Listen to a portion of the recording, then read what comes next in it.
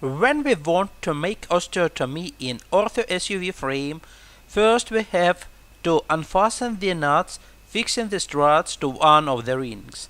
In this case, it will be lower ring. You see, first we use 12 mm wrench and then we unfasten the nut by our fingers. We do it with all of 3 nuts fixing the struts to the lower ring. When we do this procedure, the strut length, it remains the same. So it is the initial length of strut which fixes the deformity. So when we will make osteotomy later and then we will fasten the struts to the initial position, the length of the struts, it also will remain the same.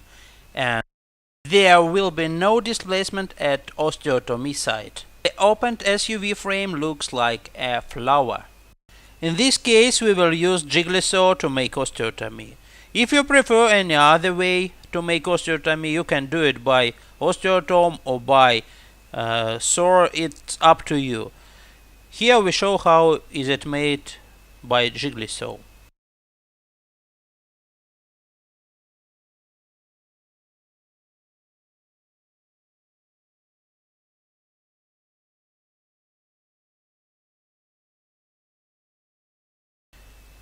As soon as the osteotomy is complete, we have to make reattachment of the struts.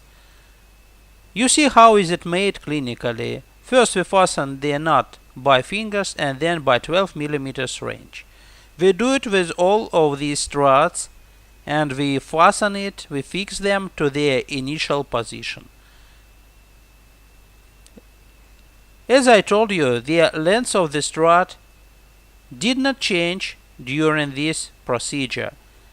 It means that when we fasten the nuts to the initial places, the bone fragments will be back to their initial position. So there will be no secondary displacement caused by osteotomy and by assembling of the frame.